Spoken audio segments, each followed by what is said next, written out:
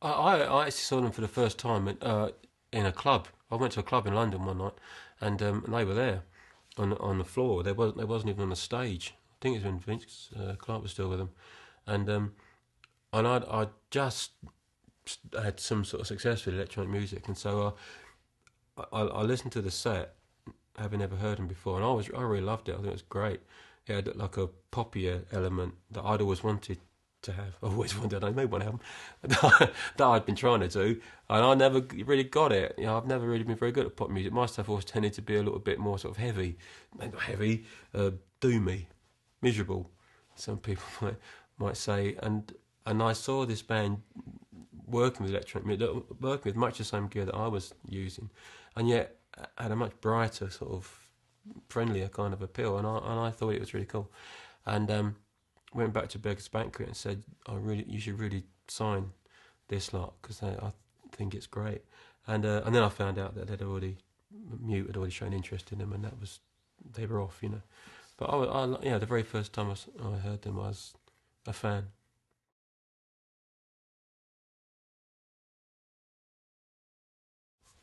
It's a mixture of things, really. You've got my own audience that in some respects I let down really, really badly by pulling out of it for a few years when it was absolutely at its peak, um, which was, from my point of view, was a sensible thing to do in terms of getting your head together, because it was a lot to take in and a lot had happened.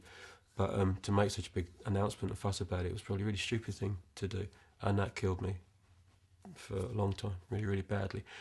So I don't think it's just a case of my people going off to find others in their place. But I think the whole electronic thing was still exploding, and more people were getting into it.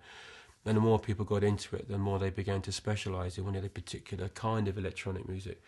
Some would go off in the more poppy, light-hearted kind of way. Others would go off in a much heavier, somber kind of mood. And as the music become bigger and bigger, so it did become more fragmented, and the audience grew with it. But in these little, in Depeche Mode's case, huge pockets of following. The Depeche Mode audience is unbelievably loyal and devoted. It's it's one of you envy it. It's fantastic.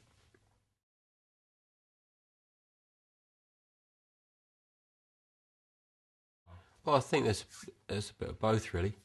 When something like that happens, there is an explosion. There is a like a torrent, if you like, of new things coming out of that nature. Some of them are blatant copyists, and others are other people that are just very creative in their own right, and it's given them their chance to be heard. Depeche Mode was that. They weren't copyists at all, and you can see that. And I think whenever these sorts of things happen, whenever a new kind of music comes along, there are going to be key people amongst it, and they are the ones that 10, 20 years later you're still, if they're not still not around, they're the ones you still talk about and think of as being related to that thing. And the dozens and hundreds of others that come along, you largely you forget about, and because they don't really offer much. Good for the moment, one or two good little tunes in their head, and then they're gone, because that's all they had really, one or two little tunes in their head. So it's always been that way. It always will be. I'm sure. Depeche Mode were different. They had their own style, their own sound, and I think all what happened to me was simply, I'm sure they'd have done it anyway, but I think it just, as I say, opened that door, and it just helped people like that to come through, and there was the music business itself was perhaps a little more ready to accept a year or so later than it was when I first came through, but doesn't change the fact that it well deserved what they got.